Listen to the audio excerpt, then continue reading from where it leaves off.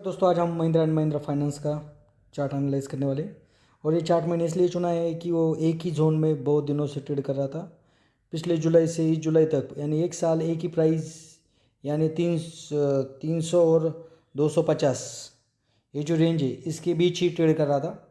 तो आपको यहाँ दिखाई दे रहा होगा, ये देखो 250 की ये वॉल्यूम की कैंडल है। ये देखिए ये 250 और इसके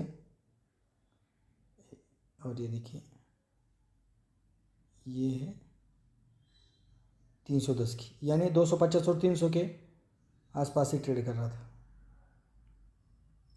अब मैंने ये चार्ट आपको क्यों एनालाइज के लिए और आपको समझाने के लिए लिया है, तो इस चार्ट में देखिए दोस्तों, ये इस चार्ट ने क्या किया है इसके बारे में आपको पता होगा कि सपोर्ट लाइन और ट्रेंड लाइन तो ये तो अलग ही होती तो है, और उसके बाद सपोर्ट और रेजिस्टेंस वो दोनों भी ट्रेंड लाइन के अलावा भी होते हैं।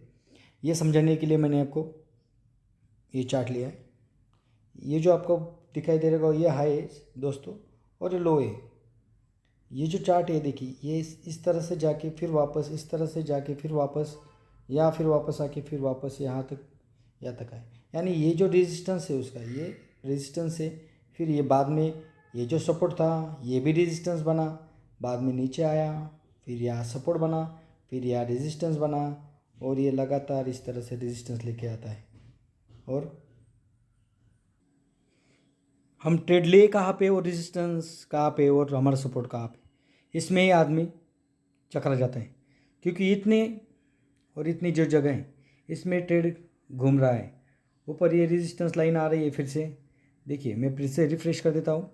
ये देखिए यहाँ पे अभी डेली स्टेज पे क्या हो रहा है, यहाँ पे सपोर्ट ले रहा है। अब दिया क्यों मैंने कि ये जो रेंज थी वो सब निकल कर ट्रेड ने यहाँ से हमें एक रैली दी है, और उसके बाद ट्रेड यहाँ पे अब कंसोलिडेशन कर रहा है। क्या कर रहा है? कंसोलिडेशन कर रहा है। अब ये जो रेंज है और ये ऊपर से जो ट्रेंड लाइन आ रही है ऐसी, तो हमें यहाँ जो ट्रायंगल पैटर्न बन रहा है उसका ब्रेकआउट हमें यहाँ पे मिलेगा दोस्तों। ये देखिए ये जो कैंडल है ऊपर जा रही है, हाँ यही कैंडल, अगर इस कैंडल के ऊपर अगर ट्रेड ने ये जो सपोर्ट है इसको तोड़े बिना इस कैंडल को एक दो दिनों में अगर निकाल लिया तो हमें आगे अच्छे टारगेट निकाल के दिखाई देंगे। वो पहले तो ये जो सपोर्ट लाइन है कौन सी, ये जो इसकी यहाँ तक तो पहले टारगेट आ सकते हैं, और उसके बाद यहाँ पे कंसोलिडेशन करने के बाद अगर वो निकलेगा तो हमारे लिए एक अच्छे टारगेट आ सकते हैं जो कि हमें आगे यहाँ तक लेके जाएंगे। जो आपको दिखाई दे रही है यहाँ से ये जो ब्लैंक जगह है वहाँ तक हमारे टारगेट होके जाएंगे, यानी 320 330 के पर टारगेट हमको अचीव करने को जल्दी में देखने को मिलेंगे महिंद्रा एंड महिंद्रा फाइनेंस के। लेकिन मैंने आपको पहले ही बताया दोस्तों, पहले आज ही बता दे रहा हूँ कि सपोर्ट और रेजिस्टेंस, ये जो सपोर्ट है ये इम्पोर्टेंट है। सपोर्ट टूटने के बाद हमें जो ये जगह है मैं जो अभी बता रहा हूँ वो जगह बाइंग के लिए नहीं होगी, क्योंकि यह टूटने के बाद फिर से नया सपोर्ट और फिर से नए बाइंग पॉइंट और फिर से नया रेजिस्टेंस बनने वाला है, और आपको फिर आप यहाँ आकर ट्रैप हो सकते हैं। अभी तक मैंने आपको यही बताया है कि अगर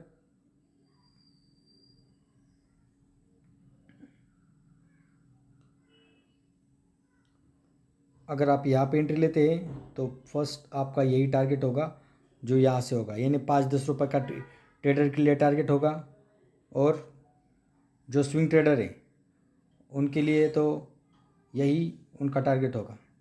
क्योंकि स्विंग ट्रेडर के लिए ज़्यादा ट्रेड यानी उनको ज़्यादा टाइम लगता है अपने टारगेट अचीव करने में, इसलिए मैं बोल रहा हूँ कि स्विंग ट्रेडर के लिए ये उसका टारगेट होगा। अगर वो यहाँ ब्रेकआउट करता है तो उसका एक टारगेट होगा। और मुझे ऐसे लग रहा है कि जो इन्वेस्टर है वो भी अच्छी खासी अपनी इन्वेस्टमेंट को करना चाहते हैं, तो यही जगह है उनके लिए जो यहाँ से फिर से वो ऊपर के टारगेट आपको दिखाई दे सकता है।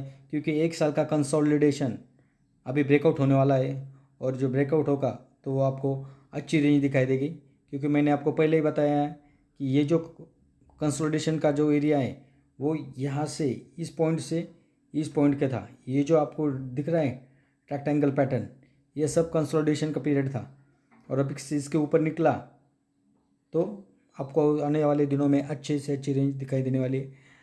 वीडियो अच्छा लगा तो लाइक कर दीजिए दोस्तों।